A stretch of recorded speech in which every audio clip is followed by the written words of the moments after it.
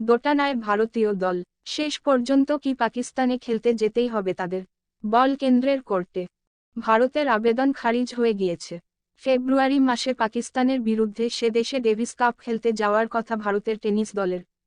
শেষ পর্যন্ত কি সেই ম্যাচ হবে? পাকিস্তানে কি খেলতে যেতেই হবে ভারতকে, তাও আবার 60 বছর পরে? নাকি শেষ পর্যন্ত কেন্দ্র তাদের যাওয়ার অনুমতি দেবে না? দোটানায় পড়েছে ভারতের টেনিস দল। ডেভিস কাপে খেলা নিয়ে সমস্যায় তারা। এই পরিস্থিতিতে বল গড়িয়েছে কেন্দ্রের কোর্টে। কেন্দ্রীয় ক্রীড়া মন্ত্রকের কাছে আবেদন করেছে ভারতীয় টেনিস সংস্থা। সচিব অনিল ধুপর সংবাদ সংস্থা পিটিআইকে বলেন, আমরা কেন্দ্রীয় ক্রীড়া মন্ত্রকের কাছে আবেদন করেছি। পাকিস্তানে খেলতে যাওয়ার ক্ষেত্রে কেন্দ্রের কী নীতি রয়েছে সেই বিষয়ে পরামর্শ চেয়েছি। এটা টেনিসের বিশ্বকাপ, এই ম্যাচ আমাদের কাছে খুব গুরুত্বপূর্ণ। কেন্দ্রের জবাবের অপেক্ষায় রয়েছি। ডেভিস কাপের বিশ্ব গ্রুপ 1 প্লেঅফ খেলতে ইসলামাবাদে যাওয়ার কথা ভারতের।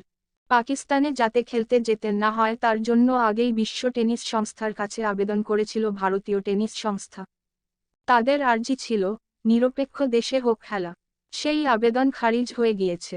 শেষবার 1964 সালে পাকিস্তানে ডেভিস কাপ খেলতে গিয়েছিল ভারত।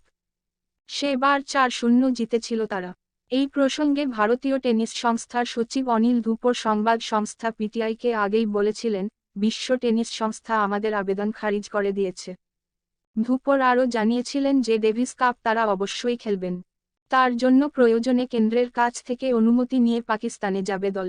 তিনি বলেছিলেন, আমরা অপেক্ষা করছি যে ডেভিস কাপ কর্তৃপক্ষ কী সিদ্ধান্ত নিচ্ছেন।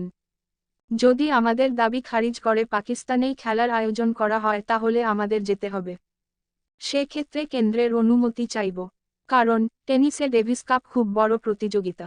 সেখানে খেলার সুযোগ ছাড়া যাবে না। তার জন্য যা করতে হবে করব। ফেব্রুয়ারিতে দুদেশের খেলা রয়েছে।